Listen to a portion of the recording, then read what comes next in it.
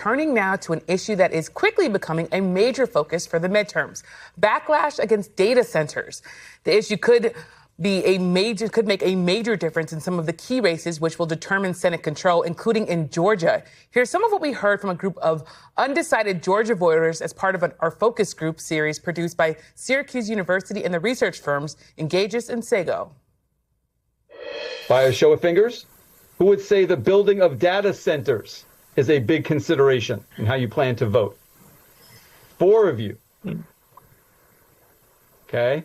I would have to see which candidate favorably wants to work in the favor of the people in regards to minimizing the infrastructure of data centers and also finding ways to prevent further harm to the environment. And lastly, causing electric prices to spike and the reliability of power to go down.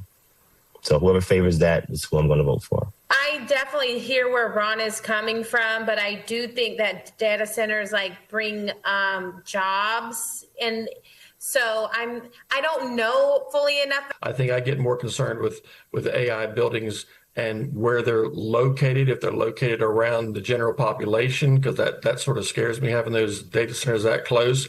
And again, is all of our prices for electricity and stuff like that, is that going to affect us? The environment, the electric bills going up, and also the smoke and mirrors that it'll bring jobs temporarily, but those data centers will be run by a select few people.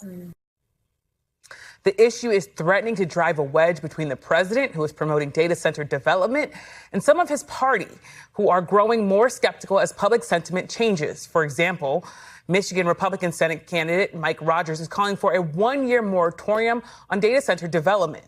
And the Republican nominees for governors of Wisconsin and Pennsylvania are accusing their opponents of supporting the controversial projects. Their criticism, though, is a indirect contrast to President Trump, who is defending the economic benefits of new data centers. Communities that don't take a data center, they're making a mistake, because there's plenty of communities that want them, because it means jobs and it means tremendous tax revenue coming into the towns and cities that take them. So, it's like the smart ones are saying, I want them so badly. And you put guards up, you put the guardrails up, but these data centers throw off tremendous amounts of jobs and money.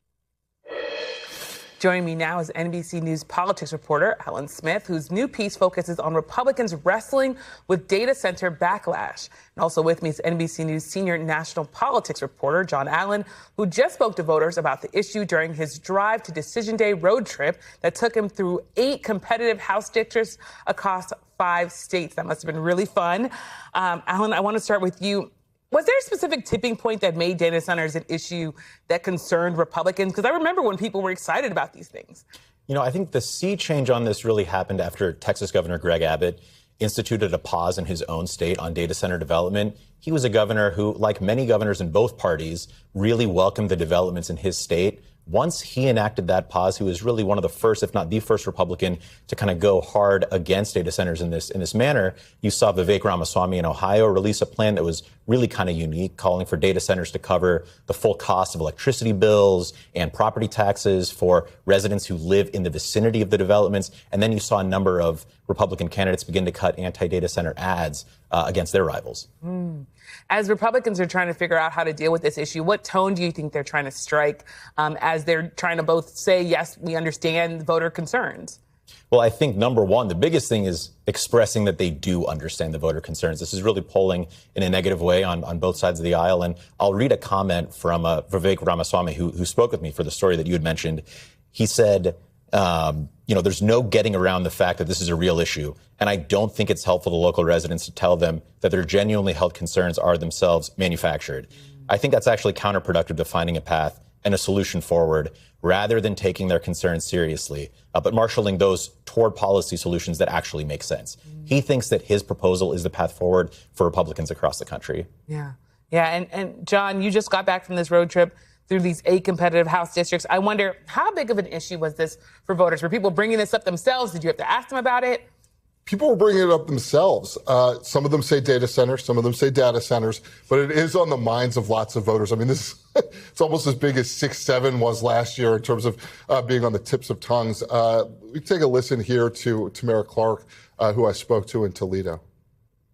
I do find data centers, all of the data centers that are starting to pop up in areas, I do find that troublesome because it drives utility costs for citizens in the area. Again, not fair to people that have to live each and every day. We work hard just like they work hard, and we should be able to live but on the fruits of our labor just as they want to. We were literally just talking to a guy who works as an electrician at a data center. Oh, and wow. he was saying, like, look, this is great. I've got a job, Absolutely. Making good money. What's the counter to that for the folks who say, look, we got a bunch of jobs for union workers, non-union workers, laborers to build the things in the first place? What's the counter to that? There are a lot of other things that need to be built as well, such as homeless shelters, such as affordable housing. So there are other things that can be built that can keep them employed, as well as data centers. And it's interesting, Yamiche, just as Allan was saying, this is something that really cuts across party lines. We also spoke to a Republican county supervisor in a rural part of Iowa whose county has just put in place a moratorium on data centers, which is the same position that Alexandria Ocasio-Cortez and Bernie Sanders of the left wing of the Democratic Party have. So you've heard some of Tamara's concerns. Those are shared by a lot of voters, whether it's the tax breaks that these companies are getting, potential utility hikes, the safety and security of the water. All of these issues are being brought up by residents who are not thrilled with the idea of having data centers in their backyards. Well, John, sticking with you, I wonder when you think about sort of the anger at data centers, is it really the actual data centers, or is it sort of people angry about income inequality and worried about AI and sort of this is the thing that they're focused on right now? It has become a touchstone for a much larger set of issues, right? Is the government giving tax breaks to super wealthy companies, for instance, the huge Silicon Valley companies that are heavily invested in these data centers? They are upset about the average person's taxes going up. That's a little bit more traditionally of a Republican concern. They are worried about environmental considerations, and these data centers have become, like I said, a touchstone for sort of all of these issues, and particularly the big guy getting benefit at the potential expense of the little guy. Allan, as we have President Trump advocating for data centers and fellow Republicans, I want to read to you something that Montana Senator Tim Sheehy, who's not on the ballot in November, but he's tweeting about this. He wrote, "Every politician calling for the end of data centers is also calling for the destruction of the future of jobs they create and the end of Netflix, X, YouTube, Instagram, Spotify, Google, Amazon, and every app you actually use." How does that complicate Republicans' messaging, especially because he's right? Everyone in some way uses these apps, but of course, as he's saying, not everyone is in favor of how these apps are actually functioning, which is with data centers.